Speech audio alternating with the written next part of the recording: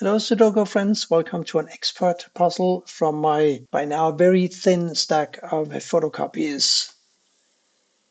You know how it goes. Without further ado, let's get started on this puzzle. Some of these have been quite tough and required pencil marks, and I don't know how this is going to turn out. We'll just have to wait and see. It's very symmetrical. But some of these puzzles quite often hide a little gem. And I have spotted the gem that applies to this puzzle. Look at this square here. Try to figure out what digit can go in here. It cannot be a 1, it cannot be a 3, 4, 5, it cannot be a 6, 7, 8, or a 9. It has to be a 2.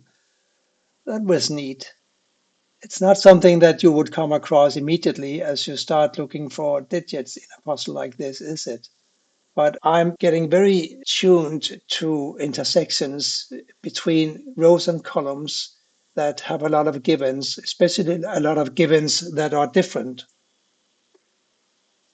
I doubt that there are any more games like this in this grid, but we'll just take it as it comes. One of the things that we always need to be aware of when we solve puzzles like this is 2, 3, and an 8 here.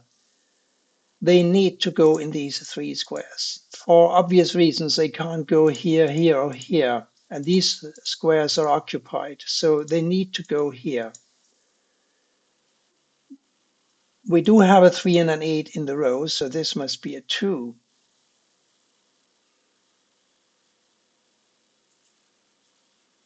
And we can use the same little trick. Well, it's not really a trick, it's just a pattern. Look at the 5 and a 6 here. Where do you think they have to go? That's right, they have to go here and here. So these two must be a 1 and a 7. And we have a 7 blocking down. So this must be the 1 and this must be the 7.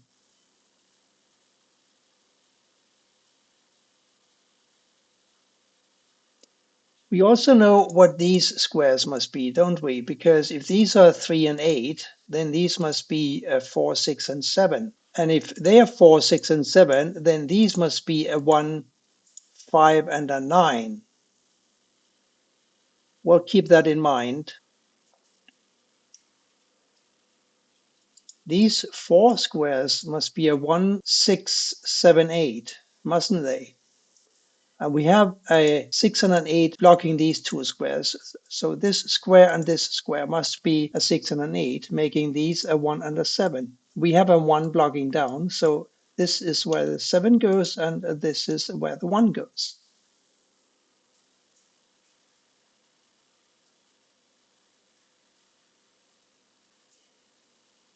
One of these must be a 5 because we have a 5 blocking over across like this. And we have a 9 blocking here and a 9 blocking here. So these 2 squares must be a 5 and a 9. And what does that say about these 2 squares? Nothing, except they must be a 4 and a 3. The 3 blocks up, so this is a 4 and this is a 3. And therefore this is a 3.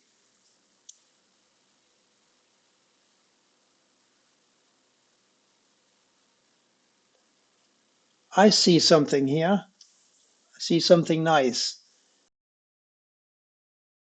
We look at this 6 here. That forces a 6 to go either here or here, isn't that right? Now think back. A few minutes ago, we said that these have to be a 5 and a 6 because of the 5 and a 6 here. So one of these being a 6, that automatically forces a 5 to go here and a 6 here. And this 5 and this 5 now force a 5 to go up here. Isn't it neat? I think it is. Let's examine row 6.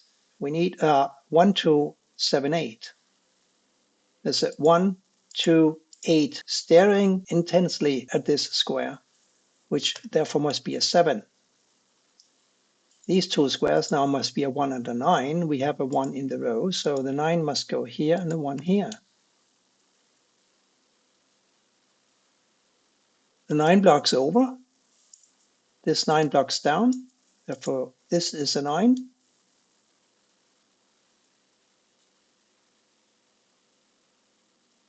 So these are, as we recall, a 3 and an 8, making these a 4 and a 7. And these must be 8, 6, and a 2. So 2, 6, 8, 4, 7, 1, 9. Can we do anything about? No, I don't think we can, at least not yet. So let's instead look at this column here. We only need 3 more digits, a 5, 9, and a 6. Yeah, we got a 5 and a 9 blocking here, so this is a 6.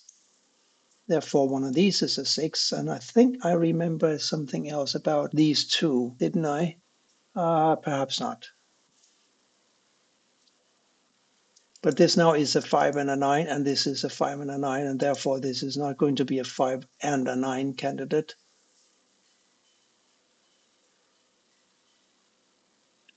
But one of these is a 3, so I wonder if this is going to be a 3. Well, we'll just have to wait and see.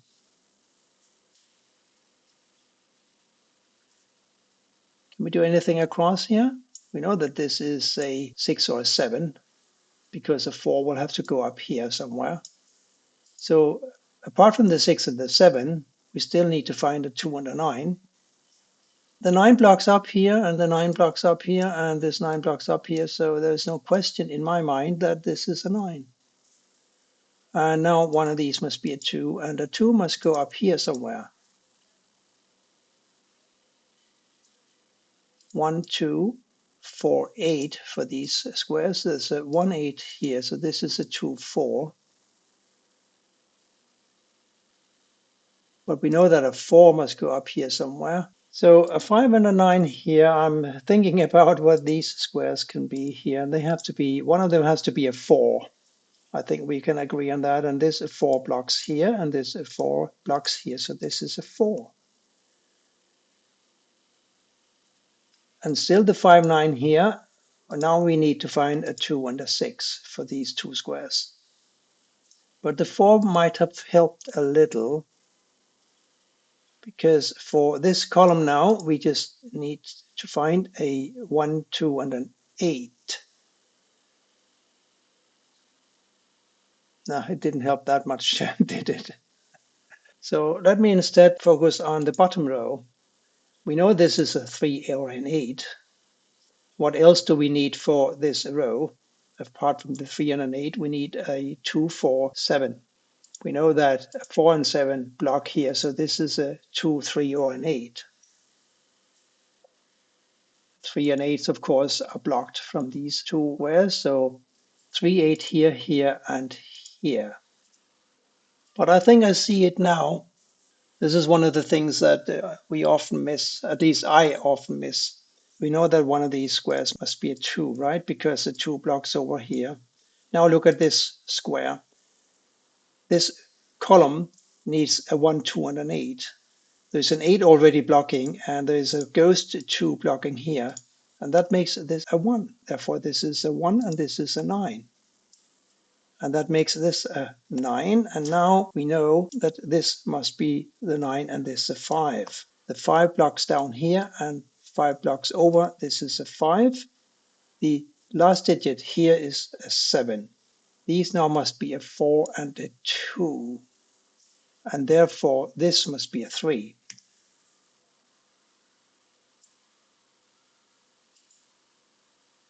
And there's only one square left up here, and that square is going to the 5. 5 blocking over, 5 blocking over, and a couple of 5s blocking up. So this is a 5. So where are we at now? We are at here. I think we need a 2 for one of these squares, and there's a 2 blocking. So clearly the 2 goes to this square, and this square must be a 6. A 4 and a 2, yes. Are we any closer up here to something? I almost said Erkend etwas, but that, of course, would have been German. 1, 2, 3, 4, 5, and a 6. 4, 6 and a 7. 7 up here, 4 up here, 4 up here. No, I'm not seeing that. Did something not happen with the ones? Yes, we got a 1 blocking over and another 1 blocking over and 1 blocking down. So clearly this is a 1. Now these two squares must be a 2 and an 8.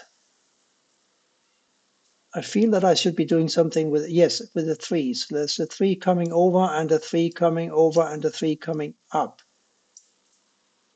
So this is a 3, and for this cannot be a 3, this cannot be a 3, this cannot be a 3, this must be a 3, therefore this must be an 8, and therefore this must be an 8. 8 blocking up, 8 blocking over, 8 blocking over, 8 goes here, and therefore here, and therefore here. We remember that the other one must be a 2, right? Now what? It looks to be a 2 and a 3 for these squares. There is a 3 up here, making this a 2 and this a 3, like so. And that 2 puts a 2 here and a 4, here and a 4, here and a 7 here. Yes, a 2 and a 6. Now we got a 2 in the row, making this a 6 and this a 2. This looks as if it's got to be a 4. These now must be 6 and 7. And we need another 2 for this row, and this 2 blocks here, this 2 blocks here. So the 2 goes to this square. This is now a 6, 7, and so is this. Except we do have a 7 blocking, so the 6 goes here, the 7 here, and the 6 therefore here.